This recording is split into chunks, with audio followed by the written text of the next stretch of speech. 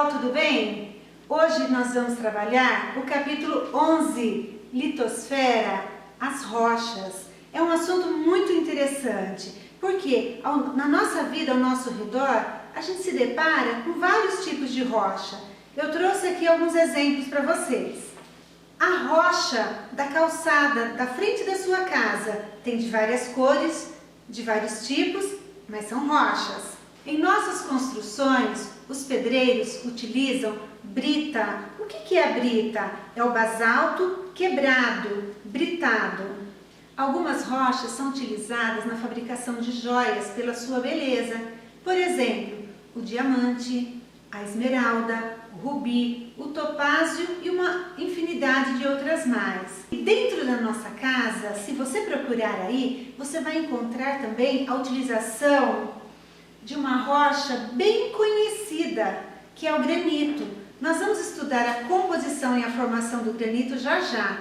De imediato, eu quero mostrar para vocês. Esse daqui eu consegui na marmoraria aqui do meu bairro, de Santana, que foi bastante gentil comigo e cedeu essa daqui de amostra para vocês. Por quê? Para mostrar essa granulação que ela tem, que essa rocha apresenta, tá? Granito. Você deve ter aí na sua casa o granito no tampo da pia, da cozinha, do banheiro, na soleira da porta, abaixo das janelas e vitrôs e em balcões.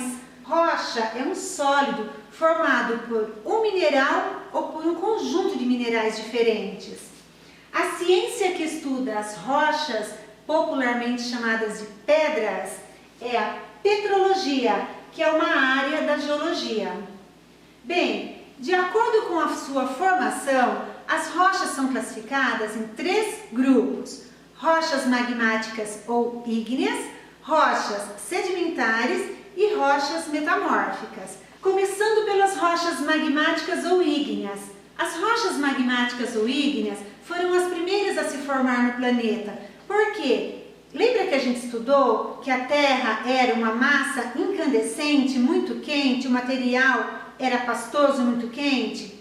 Lentamente a casca, litosfera ou crosta terrestre foi se solidificando e formando as primeiras rochas. Rochas magmáticas, que vem da palavra magma, ou ígneas, relativo ao fogo. As rochas magmáticas são subdivididas em 2 grupos: as rochas intrusivas ou plutônicas e as rochas extrusivas ou vulcânicas. O próprio nome já indica a sua formação. Rochas intrusivas são aquelas que se formaram, se solidificaram no interior da crosta terrestre em grandes profundidades. Extrusivas ou vulcânicas. O próprio nome já determina. Extrusivas, elas se solidificaram no exterior da Terra, ou seja, na superfície terrestre. Quando? Quando a lava vulcânica foi expelida através do vulcão. Essa lava vulcânica em contato com o ar ou em contato com a água do mar, essa lava foi se solidificando e formando as rochas extrusivas ou vulcânicas. Um exemplo para cada. As rochas magmáticas intrusivas é o granito, que solidificou-se no interior da Terra de forma lenta. E por se solidificar de forma lenta, houve cristalização, esses cristais que aparecem na pedra. Já as rochas extrusivas ou vulcânicas, elas se solidificaram rapidamente. Não foi possível formar esses cristais visíveis, apenas minúsculos cristais. Aqui eu trago uma imagem do granito, rocha intrusiva, e aqui o basalto da calçada da rua, uma rocha extrusiva. A formação das rochas sedimentares. As rochas sedimentares, como o próprio nome indica, são as rochas formadas por sedimentos, detritos, pedacinhos de outras rochas e também de restos orgânicos.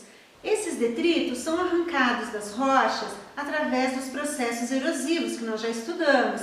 E são levados, transportados pelo vento, transportados pelas águas, são levados para as depressões, áreas mais baixas, são depositados e são compactados, formando assim as rochas sedimentares. Observe esse desenho. É visível, dá para perceber as camadas da rocha.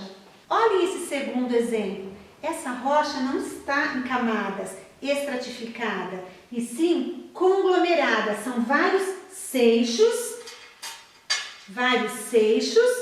que foram compactados, formando essa rocha sedimentar.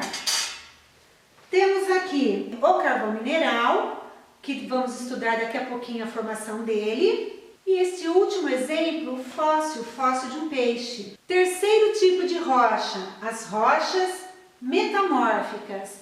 A palavra metamórficas vem da palavra metamorfose, que significa transformação. Quando as rochas são submetidas a pressão e temperatura muito elevadas durante muito tempo, elas podem se transformar, elas sofrem o metamorfismo, que é o caso daqui. O granito, que se transforma em gneiss, o arenito, que se transforma em quartzito, e o calcário, que se transforma em mármore. Ciclo das rochas. Vocês sabiam que existe um ciclo na natureza também das rochas? Olha que interessante. Devido aos agentes internos e externos, as rochas podem se transformar num outro tipo. Como nós já sabemos, as rochas magmáticas foram as primeiras rochas a se formarem no planeta pela solidificação lenta do magma. Pois bem, com o passar do tempo, dois processos ocorreram. Uma parte sofreu erosão, transporte, deposição e compactação, formando as rochas sedimentares. Outras rochas magmáticas, quando submetidas a pressão e temperatura muito elevadas durante muito tempo, se transformaram, sofreram metamorfismo. E uma coisa muito interessante, esse ciclo não tem fim. Vejamos, a rocha sedimentar e a rocha metamórfica. Quando duas placas tectônicas, quando existe a subducção, ou seja, a placa mais densa vai mergulhando, o que vai acontecendo? Ela vai fundindo, voltando a fazer parte do magma. Dessa forma, tanto a rocha sedimentar como a rocha metamórfica se transformam em magmática e o ciclo se repete. Observe, o ciclo das rochas não tem fim. Vou começar pelas primeiras rochas a se formarem no planeta, as rochas ígneas ou magmáticas. Uma parte sofreu erosão, foi transportada, foi depositada, sofreu a compactação e se transformou em rochas sedimentares. Uma outra parte das rochas magmáticas ou ígneas sofreu transformação devido à elevação da pressão e da temperatura, se transformando em metamórficas. As rochas metamórficas, com o passar do tempo, sofreram erosão e todo o processo até se transformar em uma rocha sedimentar, nas rochas sedimentares. Uma parte pode mergulhar no manto, ser derretida, fundida e voltar a ser ígnea. E finalmente, as rochas sedimentares. Uma parte pode fazer a subducção e voltar a compor o manto, ou seja, se transformar depois numa rocha magmática ou ígnea. Uma parte pode sofrer a transformação e virar uma rocha metamórfica. A classificação dos recursos minerais. Quando um mineral tem um valor econômico, é importante, é muito útil, ele recebe o nome de minério. Os recursos minerais são classificados em 3 grupos de acordo com a sua utilização. Metálicos são explorados para obter um determinado elemento metálico, como o ouro, a prata, o minério de ferro, o cobre, o alumínio que vem da bauxita. Recursos não metálicos. Os não metálicos são aqueles que não fazem parte do grupo de metálicos e nem mesmo dos energéticos, por si só não produzem energia. Exemplo, água, calcário, granito, mármore, areia, diamante, esmeralda, quartzo e etc. Os energéticos são aqueles utilizados para a produção de energia, como o carvão mineral, o petróleo, o gás natural, urânio, tório, plutônio e outros. A Aqui nós temos a imagem do minério de ferro, do mármore e do urânio. Recursos energéticos fósseis e não renováveis. São 3, o carvão mineral, o petróleo e o gás natural. Temos aqui 2 exemplos nas imagens, o carvão mineral e o petróleo. O carvão mineral é formado por restos de florestas gigantes, troncos, galhos, raízes, e todos esses restos vegetais foram soterrados, compactados. Passados milhões e milhões de anos, possivelmente 300 milhões de anos, esse material virou rocha, que é muito utilizado nas siderúrgicas e para a produção de calor. Aqui temos o petróleo, mas essa explicação serve para petróleo e gás natural. Onde tem petróleo, tem gás natural. Petróleo e gás natural. Ambos se formaram a partir de restos de animais e vegetais depositados nas depressões. Ali foi se acumulando sedimentos e nos ambientes marinhos muita água ficou durante muito tempo. Calcula-se que de 10 a 500 milhões de anos. Devido à sua grande importância no mundo moderno, devido ao seu elevado valor econômico, ele é apelidado de ouro negro. Consequências da exploração mineral. A exploração mineral é uma atividade muito lucrativa, altamente rentável, porém ela traz consequências desastrosas para o meio ambiente. Dentro da exploração mineral nós temos 2 tipos. Temos a garimpagem, que é a forma simples de fazer a extração de um minério, e temos a indústria extrativa mineral. Nessa primeira imagem nós temos a garimpagem, onde os garimpeiros arriscam a vida, a saúde, em busca do tão sonhado ouro. Quando eles encontram, eles utilizam o mercúrio para separar o ouro dos outros minérios. E esse mercúrio, além de fazer mal para o garimpeiro, contamina as águas dos rios e, consequentemente, os peixes. Temos aqui uma imagem do extrativismo industrial, onde o homem com muita tecnologia, máquinas caras, uma atividade pesada, fazem a extração de diversos minérios. E muitas vezes essa atividade acontece dia e noite, formando ali imensas crateras. Para fazer esse extrativismo, observem ao fundo que tinha vegetação. A primeira coisa que acontece é o desmatamento.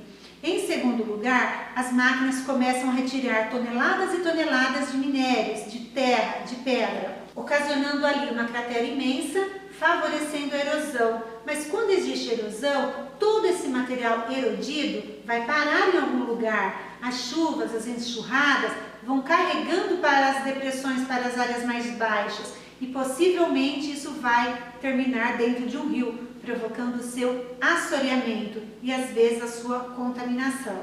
Essa última imagem mostra bem o que eu acabei de falar sobre a imensa cratera e o desmatamento de toda essa área para o extrativismo industrial. Agora nós vamos falar dos grandes desastres na mineração, com o rompimento de barragens dos rejeitos das mineradoras. Infelizmente, nós temos 2 tristes exemplos bem recentes dessas tragédias. O desastre de Mariana, Minas Gerais, no ano de 2015, quando a barragem se rompeu e uma grande quantidade de lama foi sendo carregada até o Rio Doce e chegou até o Oceano Atlântico.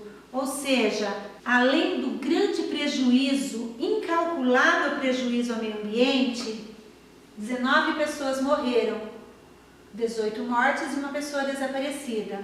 Mais recentemente aconteceu a grande tragédia em Brumadinho, também em Minas Gerais, em 2019. Uma grande avalanche de lama se rompeu.